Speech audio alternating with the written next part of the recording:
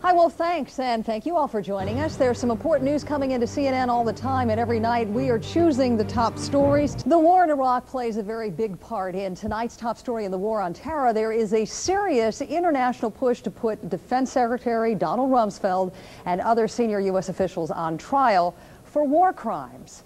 Senior international correspondent Nick Robertson has an in-depth look at that possible case.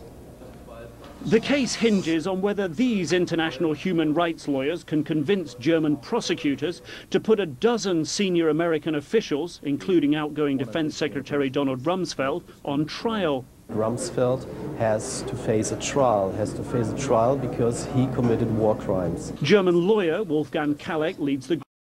There was a great effort in the beginning to dismiss these photographs as just 7 soldiers, 7 bad apples as they were called, out of control on the night shift. It was far more and far bigger than 7 soldiers working a night shift. But Kalleck and his team say the strongest part of their case is over the alleged abuse of prisoners at Guantanamo Bay detention facility. The lawsuit is filed on behalf of 12 detainees. Lawyer Gitanjali Gutierrez represents one of them. He was subjected to sleep deprivation for 48 days, where he was only allowed to sleep for 4 hours a day in the morning. During that period of time, he also was facing 20-hour-long interrogations. He was subjected to sexual humiliation, forced nudity, religious humiliation. The lawsuit claims a paper trail tracks the abuse all the way to Rumsfeld's desk. In December 2002, the Defense Secretary authorized tougher interrogation techniques at Guantanamo Bay. The action memo is on public record and includes the use of a wet towel to induce the misperception of suffocation, sleep deprivation, and the use of 20-hour interrogations. When he signed the document, Rumsfeld noted only one objection, suggesting one rule wasn't tough enough.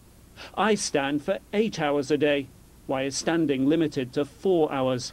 A Pentagon spokesman says the lawsuit sounds frivolous, and Kalleck says he knows there's no guarantee German prosecutors will actually try the case. But if they do, it could be very embarrassing for Rumsfeld and other US officials, forcing them to avoid traveling to Germany and other European countries. Nick Robertson, CNN, London. We should make it clear that this possible lawsuit has absolutely nothing to do with the International War Crimes Tribunal, which is a special court set up by the United Nations. But in just a minute, I'm going to ask a top story panel of experts if there is any merit in a possible case against Secretary Rumsfeld, or if this is, what critics say, is a frivolous lawsuit.